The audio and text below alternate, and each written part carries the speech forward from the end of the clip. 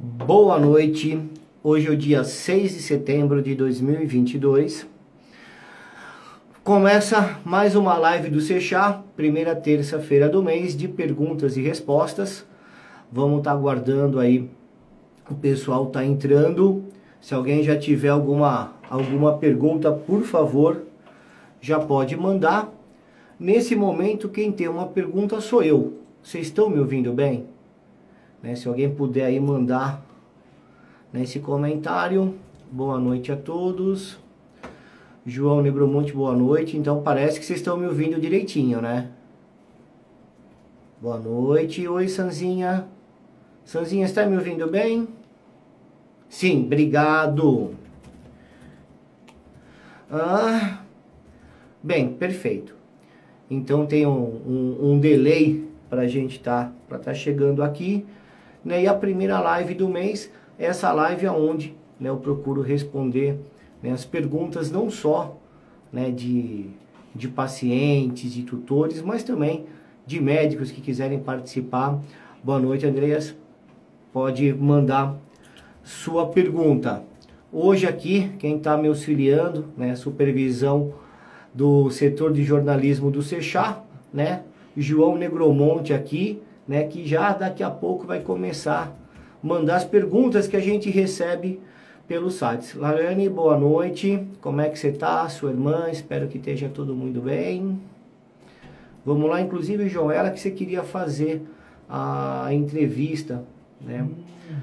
Eu tenho uma pergunta. Uso de cannabis para transtorno desafiador opositor é recomendável? Boa, bacana pergunta, João. Não sei quem mandou, mas está de parabéns. O transtorno opositor desafiador, né, ele muitas vezes é confundido com aquela criança mal educada, né? É quando pode ser uma criança que tenha um espectro ou não, mas passando por uma frustração, quando é repreendida, ela tem uma resposta emocional muito grande, né? Os canabinoides, eles estão indicados para o transtorno desafiador opositor, chamado de TOD, porém, né, é comum a gente ver que o THC pode piorar o TOD, né? Então a gente prefere usar os canabinoides não psicoativos como o CBD. Algumas patologias a gente precisa usar o THC, mesmo quando a criança tem o TOD. E aí o que a gente faz é compensar com canabinoides do tipo CBD ou CBG. Estamos com alguns, deixa eu ver aqui.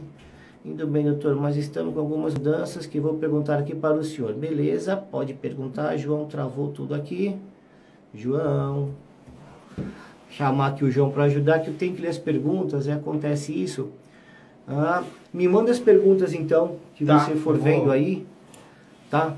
Porque eu não tenho como tô sem meu computador, eu não tenho como olhando. Pera que o João não trouxe uma caneta, né? Parou de subir aqui, João, não tá mais subindo as perguntas. Vamos fazer assim. Vamos ver se agora vai. Né, tem uma outra aqui que você mandou, Cláudio Belo, quer saber? Não consigo. Oi, Vinícius. Vinícius é meu personal killer. Boa noite.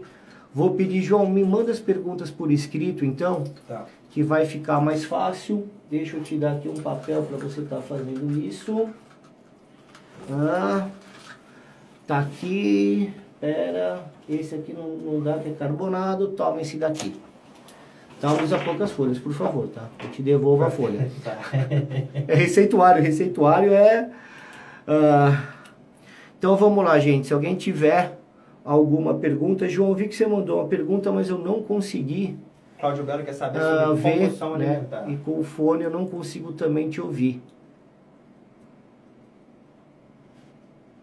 Bem, parabéns pela palestra no Coquetel da Isopec. Muito obrigado. Foi uma aula muito legal que a gente fez lá na casa do cônsul dos Estados Unidos.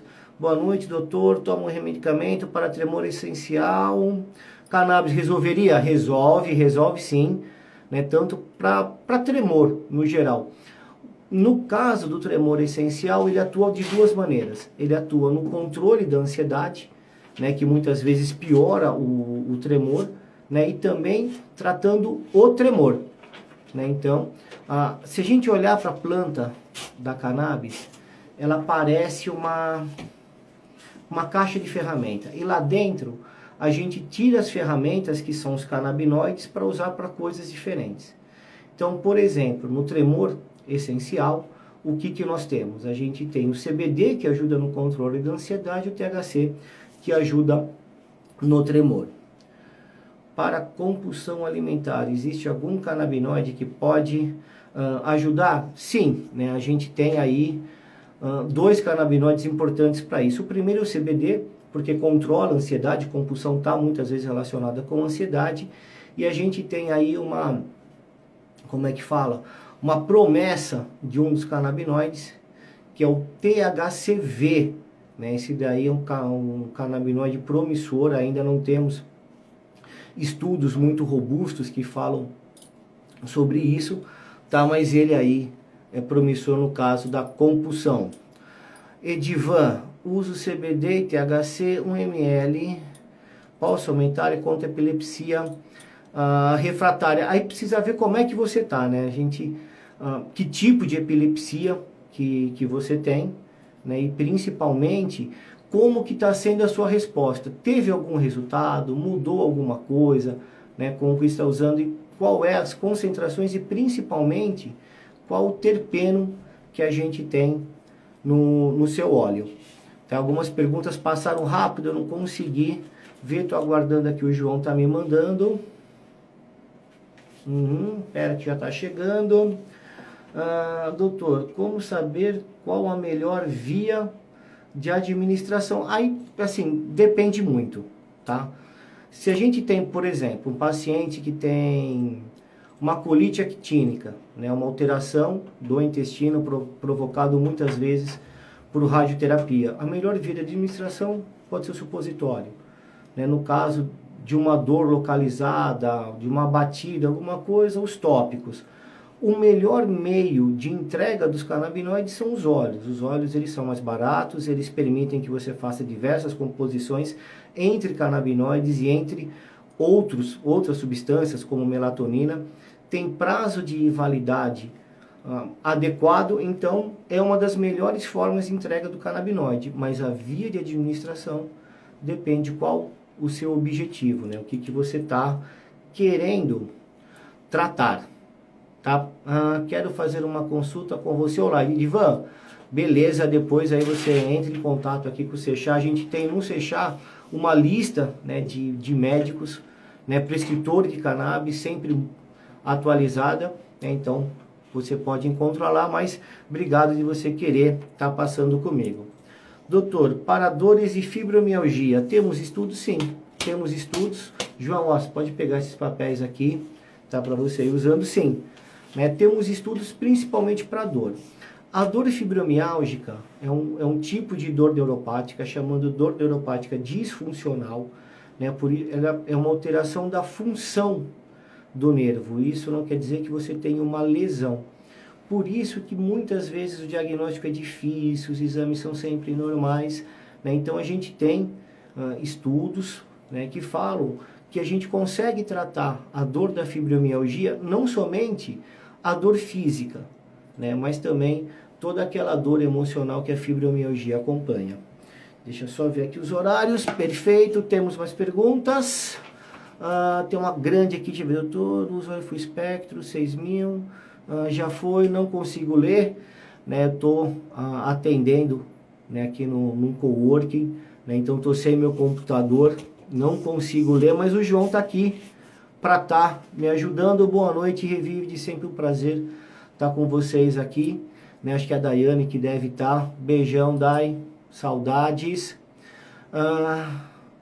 Bruno Pegoraro, boa noite, Brunão, abraço, o Bruno que é aí, né, o presidente do IPSEC, né, Instituto de Pesquisas Econômicas e Sociais da Cannabis, tem feito um trabalho importante nesse período pré-eleitoral, fazendo aí uma análise dos candidatos e suas posições relacionadas ao uso medicinal da cannabis. Potencial uso no esporte, sim, né, o canabidiol a gente viu nas Olimpíadas de Tóquio, elas foram conhecidas como a Tóquio Hemp, né? Por quê? Porque o canabidiol foi liberado para uso antes, durante e após as provas esportivas em qualquer via de administração, né? Então a gente viu, né, um potencial no esporte. Na Tokyo Ramp, né, nas Olimpíadas de Tóquio, elas ainda tiveram, não vou dizer um agravante, mas uma particularidade. Então você imagina que um atleta olímpico, né, ele dedica a vida ao treino e de repente, por conta da pandemia, não sabia se teríamos Olimpíadas ou não, tanto é que elas aconteceram quase que um ano depois, né? São atletas que sempre ouviram falar, né, das confraternizações na Vila Olímpica, que não teve nenhuma, os estádios sem plateia. Então, os atletas que utilizaram canabidiol, né, pensando numa recuperação muscular, tiveram. Foi bacana, ajudou bastante na recuperação, mas o que eles mais sentiram, né, foi uma melhora na ansiedade provocada por esse momento, né? Então, a utilização dos canabinoides no esporte, super indicado. Doutor, para disfunção intestinal, temos como os canabinoides podem ajudar? Temos receptores nessa área? Carlinha Souza, sim, temos receptores nessa área, mas o que você chama, desculpe, de disfunção intestinal? É uma disbiose? É uma intolerância a glúten? É intestino irritável? Me fala melhor qual que é essa disfunção, que eu melhoro a minha resposta, mas em termos gerais sim, né? Podem ajudar em quase todas as patologias intestinais e temos receptor tanto CB1 quanto CB2 no trato gastrointestinal. Tá aqui mais alguma pergunta? Espera que tá chegando. O João tá aqui se matando de escrever. Obrigado. Como adquirir produtos de cannabis pelo SUS? A priori, o SUS não disponibiliza, tá, remédios à base de cannabis. É necessário que você entre, né, através ou da Secretaria Municipal de Saúde ou pela Defensoria Pública, para você ter o seu direito assegurado, né, de estar recebendo isso pelo governo. Uma das nossas ideias é que, havendo uma regulamentação e podendo ter disponibilizado pelo SUS, vai ficar muito mais barato, porque nós vamos ter regras de prescrição para as medicações do SUS, que hoje nós não temos. Carmen também entrando, boa noite, Carmen, um abraço. Acredito que seja o Marcelo, abração, Marcelo. Espero que esteja aí tudo bem. Lembrando que eu doutor Felipe, me explica por que o CBG isolado teve um efeito melhor que o óleo full spectrum no tratamento do TDAH. Então, primeiro, Felipe, me fala uma coisa, nós estamos falando, porque o TDAH a gente tem dois pontos, nós temos a hiperatividade e nós temos o déficit de atenção, né? Eles são dois extremos de uma mesma síndrome, né? Mas, né, o CBG, eu acredito que você esteja falando principalmente de déficit de atenção e não de hiperatividade, tá? Mas vamos esperar, mas enquanto eu não tenho outra pergunta, vou respondendo assim de forma genérica. O CBG, ele é o canabinoide chamado canabinoide mãe. Do CBG, né, vamos imaginar que o CBGA, a forma ácida dele, a gente vai ter derivação THC, CBD e CBC, além de uma parte dele continuar como CBG. Então, ele tem propriedades de todos os outros canabinoides. Ele tem uma atuação muito mais em CB2 do que em CB1. Então, assim, a princípio, o CBG isolado não seria a principal indicação para a utilização no déficit de atenção nem na hiperatividade. Mas as pessoas têm metabolismos diferentes, né? Então, pode ser que isso daí explique o porquê que funcionou melhor o CBG isolado. Temos mais alguma pergunta, João? Espera, caiu minha caneta aqui no chão. Ai, pronto. Temos mais algumas perguntas. Doutor, como paciente de endometriose, sinto muitas dores e gostaria de saber se o uso medicinal da cannabis pode ajudar. Adriana, sim, pode ajudar, né? A gente tem até uma das descrições mais antigas da cannabis, se eu não me engano, há 3.000 anos atrás, que é o papiro de Rasmussen, se eu não me engano, no Egito Antigo, que fala da utilização dos canabinoides para a saúde da mulher, né? Então, para dores, alterações provocadas na menopausa. Então, tem indicações, e é uma das indicações mais antigas que se tem, tá? Lógico que nessa época eles não tinham ainda o conhecimento da endometriose. Revive de Brasil, Dia do Sexo, cannabis pode melhorar a saúde sexual? Claro que pode, né? Tá aí meu amigo Cassiano aí, dá abraço que não me deixa mentir. Obrigado aí pela audiência, Cassiano. Sim, pode melhorar. E aí a gente tem, né, diversas formas que isso acontece. E uma delas são através de gels íntimos, né, que melhoram a performance sexual, né? As mulheres que já utilizaram isso, principalmente aquelas que tinham alguma disfunção, como o vaginismo, né, tinham dor na relação sexual, ou após, né, a menopausa, que fica com uma certa fragilidade, não, um certo ressecamento, né, pode ajudar bastante. Uma outra forma, né, de ajudar também, né, é que a ansiedade a gente sabe que diminui muitas vezes o libido e o prazer sexual. Então o CBD, você controlando a ansiedade, é um benefício meio que secundário, mas ele existe. Mas principalmente, Dai, os gels íntimos são excelentes para isso. Melhor óleo de cannabis para epilepsia, que doçura não tem, né? Temos síndromes epiléticas, como por exemplo da Dravet, Lennox-Gastaut, que funcionam muito melhor, né, com óleos ricos em CBD e CBD isolado. Temos outros tipos de crise que funcionam melhor com óleo full espectro. Epilepsia tem assim diversos tipos, né, mioclônica infantil. Então não tem como te falar assim um óleo que seria o melhor. O melhor canabinoide para tratar a epilepsia é o CBD, tá? Pelo menos na grande maioria deles.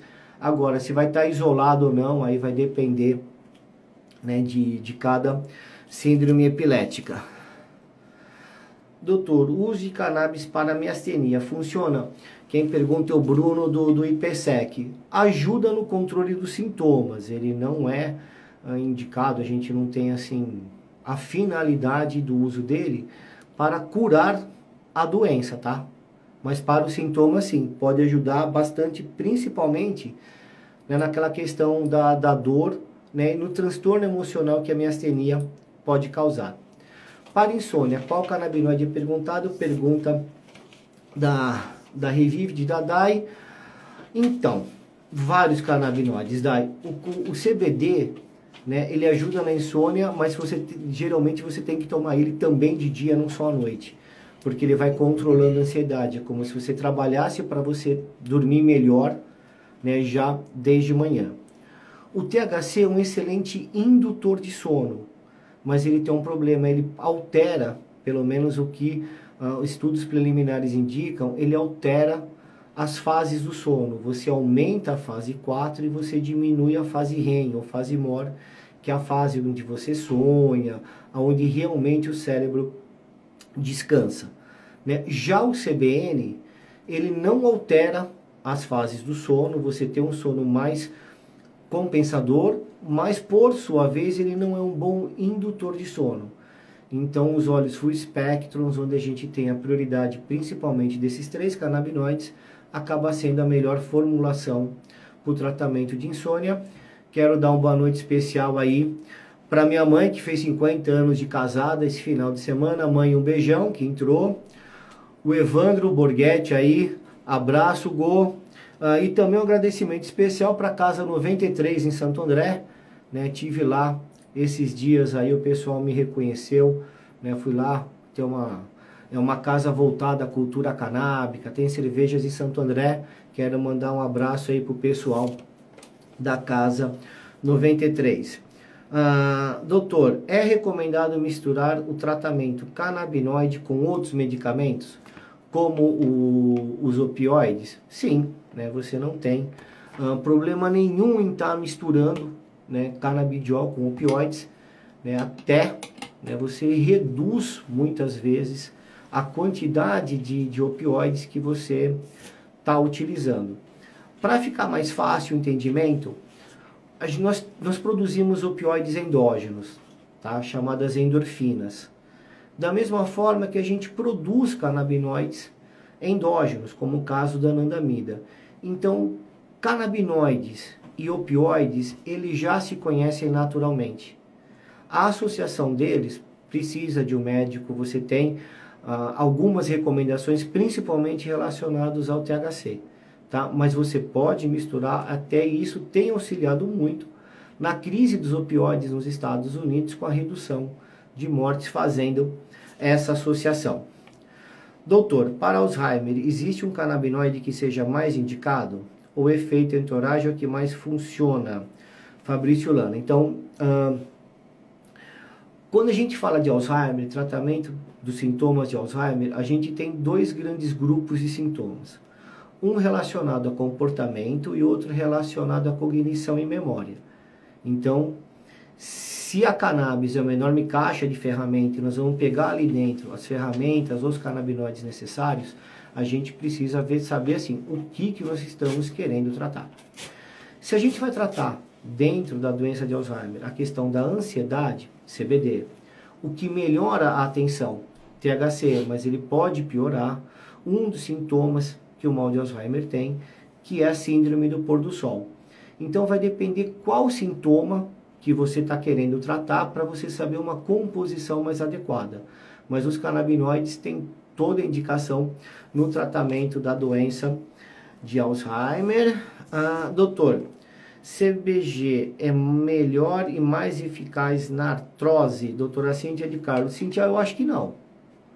Eu não acho que ele seja o melhor ou mais eficaz na artrose. Mas o que nós estamos falando da artrose? Nós estamos falando da dor ou nós estamos falando da questão do CBG atuar em receptor CB2? Né? E aí nós estamos falando de artrite reumatoide e não de artrose. Artrose, né, que são essas deformidades, muitas vezes ósseas, que acontecem, né, que provocam dor. Né? O CBG ele ajuda a reduzir os efeitos adversos do THC, mas eu acho que ele é mais indicado para artrite do que para artrose. Já foi essa daqui, também já foi. Tá chegando mais uma aqui. Quais os primeiros passos para iniciar um tratamento com cannabis? Conte um pouco do processo. Bem, pela legislação que nós temos no país hoje, a primeira coisa que você precisa fazer é ter um médico. Né? Hoje, para você conseguir, né, ter acesso a produtos enriquecidos com canabinoides, seja nas farmácias que nós temos, assim, normalmente de alopatia, o importado ou mesmo de associação, você vai precisar de uma receita médica. Esse é o primeiro passo. Depois, para cada uma dessas três opções que eu te falei, você acaba tendo caminhos diferentes. Quando você faz pela farmácia, né, então, você tem os produtos até 0,2 de THC, uma receita do tipo B, é uma receita azul, né, a mesma receita que é utilizado para benzodiazepínicos. Acima de 0,2% de THC é a receita do tipo A, é uma receita amarela, a mesma receita utilizada para opioides fortes, como a morfina ou medicações como Venvance e Ritalina. Então essas duas receitas são utilizadas para a farmácia que nós temos no território nacional. Para você fazer a importada, você precisa de uma receita simples, independente da quantidade de THC que você tenha, fazer um requerimento, uma solicitação de autorização especial dentro de um portal do governo. Recebendo essa autorização, que normalmente é rápida, aí em 2, 3 dias você já recebe isso, aí você entra em contato com a distribuidora, a importadora responsável por aquela marca, e aí você vai ter um direito, vamos chamar assim, de estar comprando esse produto. né? Essas receitas têm validade aí de até 6 meses.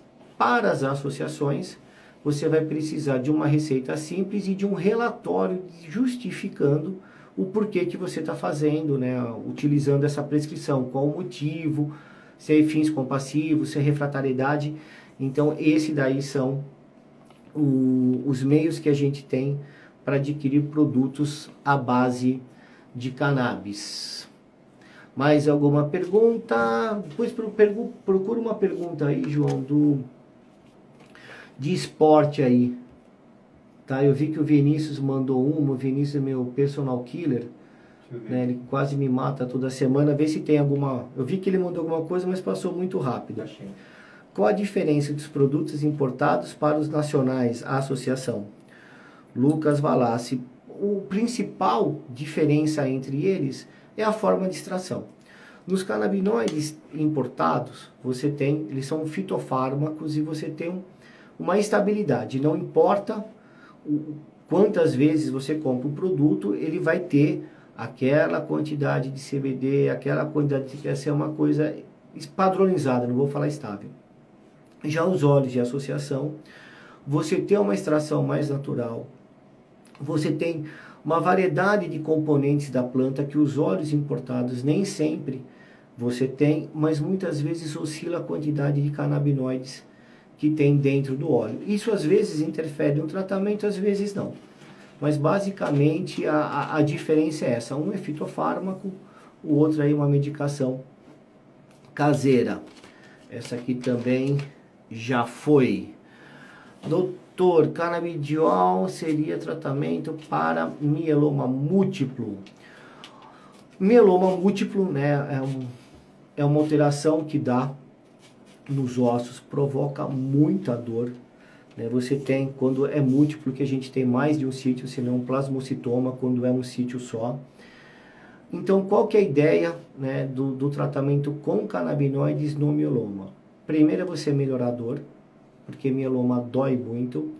E a segunda, principalmente naquelas lesões que tem em coluna, depois que você tratou a doença está sob controle, a lesão no osso continua, né? E aí você consegue estar utilizando os canabinoides para recuperar a saúde óssea. A gente tem aí trabalhos que nos orientam, né, que a utilização de canabinoides, você melhora a osteopenia, né, você tem uma produção, eu não lembro agora se é osteoblastos ou osteoclastos, que você tem aí. Então, essas são as principais indicações para o mieloma, mas os canabinoides não tratam a doença. Cíntia, eu estou sem meu computador, é o João que está fazendo aqui as perguntas, eu estou no cowork, então quando sobe muito rápido, a pergunta é longa, eu não consigo ver, mas o João já está vendo aí daqui a pouquinho. Doutor, existe uma maneira melhor de conservar meu óleo? Preciso guardar na geladeira? BR Cardoso. Primeira pergunta é, qual óleo que nós estamos falando? É um fitofármaco, é um óleo importado, mais industrial, é um óleo artesanal, de produção mais caseira. O artesanal, ele tem uma estabilidade menor, tá? Não precisa ficar na geladeira, eles têm que ficar longe do sol, em ambiente ventilado, isso sim, mas não necessariamente na geladeira, salvo nano CBD. Os compostos, os produtos que usam a tecnologia nano, esses sim, esses precisam estar na geladeira para conservação. Mas isso assim, o médico que vai te prescrever, que conhece o produto, ele vai te falar melhor, né, se o produto necessita ficar na geladeira ou não. A grande maioria deles não tem essa necessidade, mas não pode ficar exposto ao sol. Essa aqui já foi. Para atletas amadores que buscam melhor performance e melhora das dores geradas pelo acúmulo de lesão, os canabinoides são recomendados? São. Os canabinoides são super recomendados. E aí, com o atleta amador, né, e aí, Vini, é aquele atleta, por exemplo, que está só de final de semana, né, muitas vezes acaba exagerando um pouco, tem uma distensão muscular, aí a utilização, né, do tópico, principalmente para liberação miofacial, para alongamento, é sensacional. E a utilização de canabinoides como óleo, primeiro que você melhora a recuperação pós-treino e também você melhora o foco. Aí a gente já fala um pouquinho, né, do uso de THC. Tô vendo aí, né, será que é o Dr. Jimmy que entrou? Não consigo ver direito. Se for o Dr. Jimmy, ele vai mandar um oi, que a gente já bateu, né, esse papo, né, sobre os óleos. Boa noite, é o Jimmy mesmo. Sobre os óleos com um pouco mais de THC, né, a gente tem produtos aí com Delta 8, THC, que a gente vê que o atleta ele fica muito mais focado no treino, né, mas isso não é permitido, né, em provas esportivas. Grande Jimmy, um abraço, Jimmy aí, né, é um amigo ortopedista que acompanha diversos atletas paralímpicos. Ele foi um dos nossos palestrantes no congresso do Sechá, trouxe atletas para estar conversando com a plateia, foi assim, sensacional. Jimmy, um grande abraço, e também é um dos nossos principais colunistas do Sechá, né? Procurem lá, né, a coluna do Jimmy, que você vai ver essa parte esportiva, né, o quanto que ele vai trazer de informação. Casos de crianças que têm epidemólise bolhosa, Andréia Pinheiro perguntou. Bem, Andréia, doencinha chata, difícil de tratar, que provoca muitas dores, né? Também foi conhecida, né, há muito tempo atrás como fogo selvagem, né? Você tinha até uma questão de saquinhos de leite para ajudar. É uma doença que provoca muita dor. Bem, aonde a gente pode ajudar? No transtorno emocional, né, na ansiedade provocado pela doença e por toda a limitação que ela causa, e também para dor. Tá? Para essas duas finalidades a gente consegue utilizar com bons resultados. Eu não sei te dizer se a utilização do tópico, se ele estaria indicado, se melhora alguma coisa. Eu nunca li nada a esse respeito, mas vou procurar saber. A cannabis é indicada nos casos de seletividade alimentar, isquemia cerebral e tetralogia de Fallot. Tetralogia de Fallot não. Tetralogia de Fallot é uma alteração cardiológica, uma inversão de vasos, né? Síndrome, se não me engano, é síndrome do menino do recém-nascido azul, alguma coisa assim. Esse não. Seletividade alimentar e isquemia cerebral. Da seletividade alimentar, existe alguns trabalhos que falando que com o uso de THC, você aumenta a questão do apetite e você melhora essa seletividade.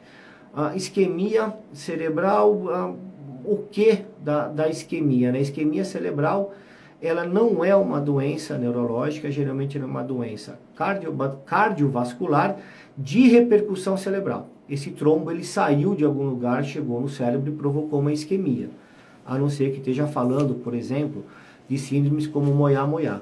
Tá? Felipe Pegoraro, 2018, um abraço, Felipe que está nos assistindo da UTI, foi internado. Felipe, melhoras aí, né? Espero, e para o seu caso, né, saindo daí tá mais que indicado. A gente está utilizando a esposa do Felipe, é minha paciente, mas eu acho que vou ter que tratar os dois agora. Imagina, doutor, como convencer a classe médica dos benefícios da cannabis, visto que apenas 1% prescreve medicamentos hoje em dia. Bem, já estamos subindo, porque 1%, né, o ano passado acho que era 0,5%, se eu não me engano, através de educação continuada. Não tem outra forma de você trazer, né, os médicos para esse mundo, né, se a gente não fizer um trabalho de educação continuada. É muito importante vencer o preconceito, né? Eu gosto muito de frases, citações de famosos, né? Einstein já falava, né? É mais fácil você quebrar um átomo, né? Não é quebrar, é você quebrar um átomo do que você quebrar o preconceito. Eu acho que ele estava super certo com isso. Eu agradeço, meu coração fica apertado ao ver esses anjinhos sofrerem tanto com epidemólise bolhosa. Gratidão.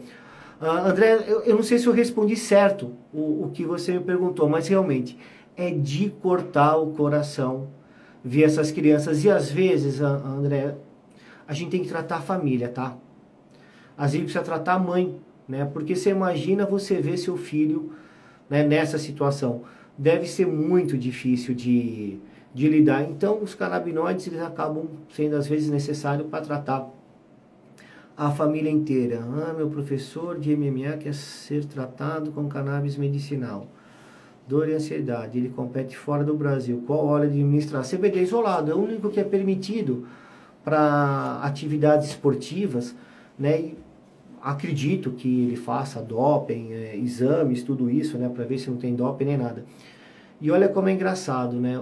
Engraçado não, nem curioso, né? Só um ponto aí. Corticoide é considerado doping, CBD não. Doutor, como se tornar prescritor de cannabis? Doutor Roger Martins.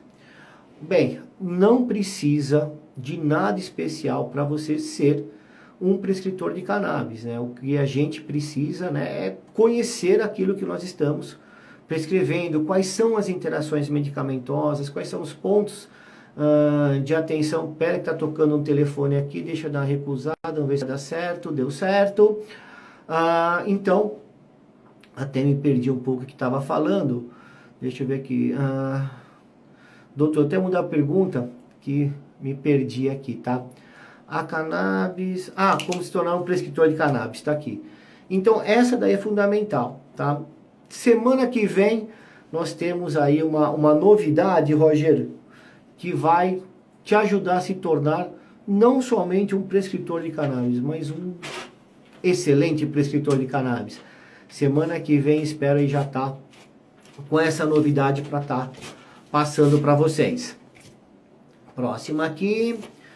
Miastenia graves com a cannabis pode ajudar? É a mesma pergunta que o Brunão fez, não o Bruno Silveira, que entrou agora, que trabalhou comigo lá numa clínica de cannabis, mas como o Bruno Pegoraro. Pode ajudar no transtorno emocional que a miastenia causa, né? Porque é uma doença que leva você ter uma certa ansiedade, é uma doença difícil de lidar, mas também ajuda na questão da dor, né? A gente não tem nenhum trabalho mais robusto falando sobre a recuperação neuronal, tá? Mas nesses dois pontos, com certeza, pode ajudar. Prometo que para a próxima live eu vou estar com o computador, alguma coisa aqui para facilitar essa questão. O João vai sair daqui, né, com o braço dolorido de tanto que ele está escrevendo perguntas aqui, né?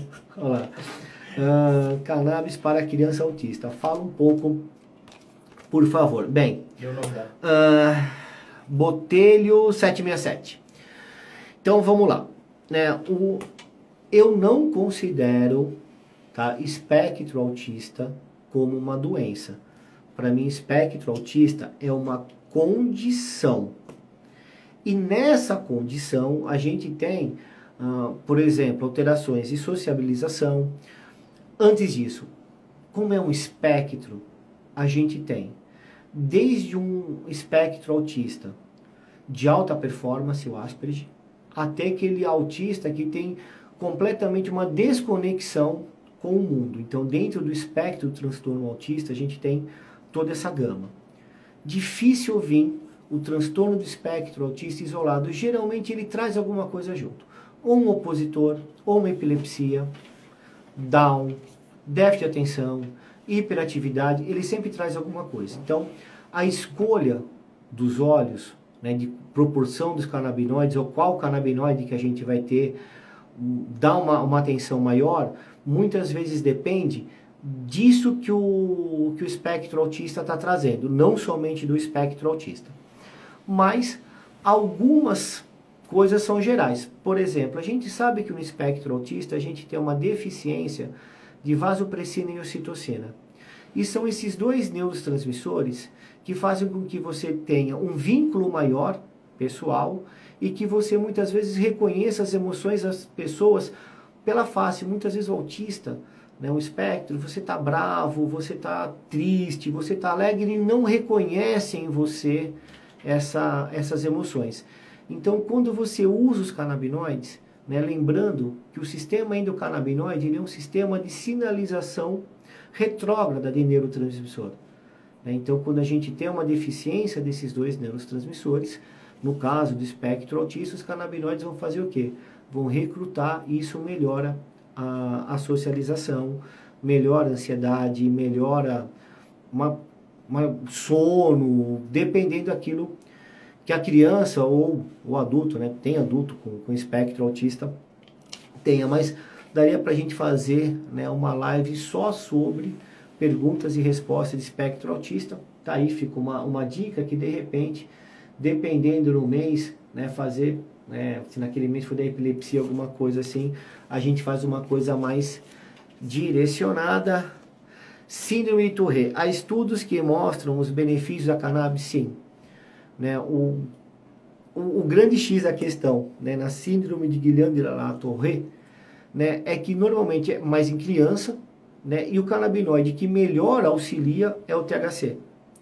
Né, e o THC em criança, a gente tem uma certa restrição, né, porque a gente sabemos que até os 25 anos de idade, o córtex pré-frontal ele não está formado ainda de uma forma eficiente, né, e que você pode, com a utilização principalmente do THC, de você ter algum evento psiquiátrico. Né? Não se sabe ao certo se o THC ele acelera uma coisa que já aconteceria ou se realmente ele acaba tendo aí um papel na gênese desses distúrbios psiquiátricos, mas é o THC. Em 2015, se eu não me engano, teve um congresso, né, sobre Guillain-Barré na Inglaterra, em Londres, onde foi apresentado um trabalho muito bacana, né, que fala da utilização do THC, mas isso foi feito em adultos e eles colocam lá como uma segunda opção de tratamento. As crianças que eu tenho a oportunidade de estar tratando, né, quando eu vou utilizar os canabinoides, né, principalmente o THC, normalmente eu faço um teste genético antes para saber a segurança e compartilho essa decisão com os pais. Carlos André, um abraço para você também, meu amigo. Vamos lá, tá chegando mais uma pergunta aqui. Interessante essa. Essa aqui é interessante? O João tá falando que é interessante. Né? Já vou agradecer aqui o Rafas, né? Doutor, pacientes de cannabis terão problema com... O que é isso, João? Drogômetro.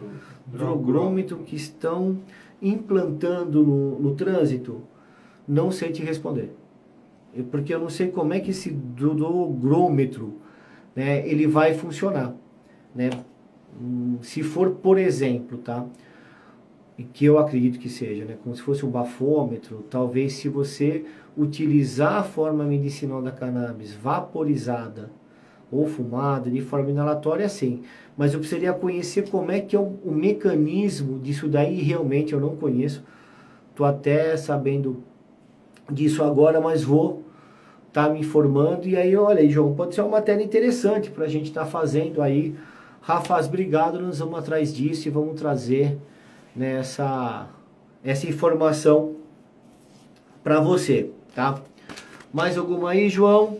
Hoje tá difícil de ler aqui porque eu tô sem meu computador, mas prometo que na próxima eu trago. Boa noite, Laís. Laís é a nossa instrumentadora lá da equipe.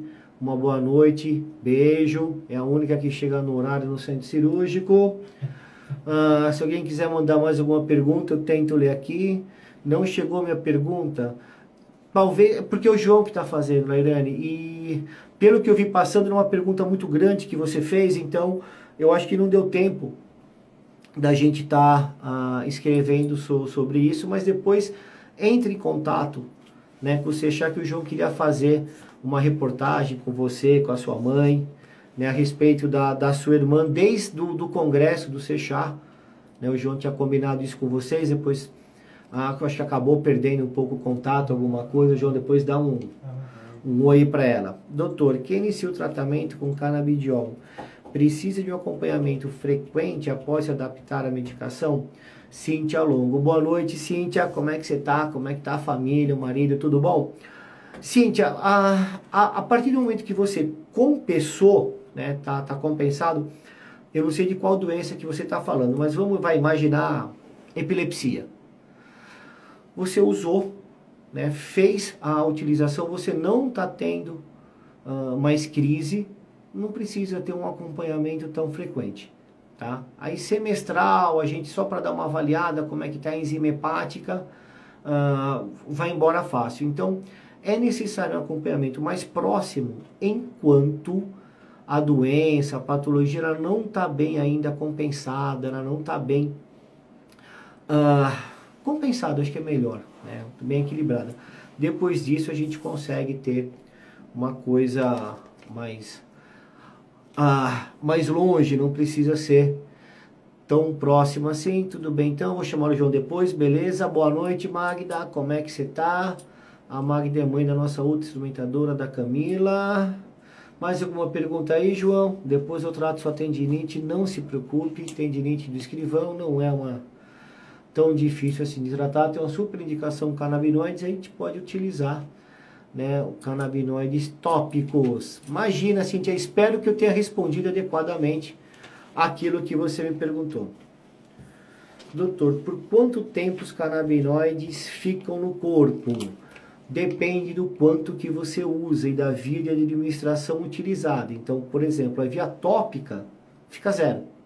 Então, você não tem efeitos sistêmicos com a via tópica, diferente da via transdérmica. A via transdérmica, você tem uma absorção pela pele, vai para a corrente sanguínea, né? São produtos, são coisas diferentes. Mas depende muito disso, tá? Agora, da utilização social da cannabis, né? Você vai lá fumar, o tempo que fica isso no organismo, eu não sei, mas sei que pelo exame de cabelo você consegue detectar aí, se eu não me engano, por meses. João, mais alguma aí? Espera que tá chegando, né? Vocês me desculpem, então, sem meu computador, então, e sem meu óculos, isso que é o pior de tudo, esqueci meu óculos também, tá? Mas alguém mandou aqui em letra maiúscula, quem faz uso do óleo precisa fazer exame das enzimas hepáticas, depende se você toma outro remédio ou não. Então, quando eu falei dessa questão das enzimas hepáticas, eu estava usando o exemplo da epilepsia, né? Então, medicações como valproato de sódio, divalproato de sódio, concomitante outros canabinoides, pode fazer subir as enzimas hepáticas. Quando a gente fala de remédios para colesterol, principalmente a rosuvastatina, né? Eu tive, né, recentemente um caso desse. Você pode ter aumento de enzima hepática levando até uma hepatite medicamentosa, tá? Então estava me referindo, né, quando eu falei da epilepsia, eu tinha pensado isso. Agora, só a utilização de canabinoides tem necessidade de fazer? Não, tá? A priori não, a não ser que você tenha, né, associação com outras medicações. Recentemente minha esposa foi diagnosticada com nefrocalcinose bilateral estágio 1. Nós fazemos uso adulto, mas o óleo pode ser mais eficaz? Não sei. Eu sou neurocirurgião, não conheço nefrocalcinose bilateral, principalmente nessa questão dos estágios, tá? Mas João, pega quem é o Marcos Leite 85, tá? Que eu vou buscar essa resposta, tá? E te mando ela depois, tá? Mas obrigado pela pergunta e obrigado pela oportunidade de eu conhecer uma doença nova e espero que a gente tenha uma indicação de óleo. Pelo que você me falou, como faz uso do uso social e teve a doença, talvez, não sei, vamos ver, deixa eu ver direitinho aqui, né, o direito dessa doença, aí eu te respondo melhor. Tô aguardando aqui chegar mais uma pergunta, só um minutinho. Faço uso do óleo, com aumento da dosagem não sinto mais dor, porém continuo muito ansiosa. Tem como resolver isso? Gisele 6033. Ó, aí foi uma boa ideia, mandar tudo em caixa alta e ficar mais fácil de eu ler aqui. Depende de que óleo que você está tomando. Muitas vezes o THC é um excelente canabinoide para tratamento de dor, mas ele pode provocar ansiedade. Então, depende da composição do óleo que você está utilizando, tá? E aí o que a gente faz? Então, um exemplo, você está usando um óleo rico em THC, melhorou suas dores, mas você continua ansiosa. A gente mantém o THC e aumenta o CBD ou associe o CBG para diminuir a chance de ser o THC que esteja te provocando essa ansiedade. Dê sua opinião sobre o uso dos endocannabinoides no tratamento de dores neuropáticas pós-chikungunya. Seria a opinião sobre os fitocannabinoides, porque os endocannabinoides são aqueles que são produzidos no nosso corpo, né? Então, você tem essa produção. Agora, sobre a utilização dos fitocannabinoides no tratamento de dores neuropáticas, independente se é pós-chikungunya ou não, está indicado, você pode utilizar, né? Mas a gente precisa entender melhor do que se trata, porque aqui no caso parece uma dor neuropática de origem autoimune pós-infecção, né? E a gente vai ver se não existe uma lesão no nervo, tá? Mas tenho casos de dores neuropáticas pós-chikungunya com bons resultados, tá? Espera que tá chegando aqui mais alguma pergunta. Eu não...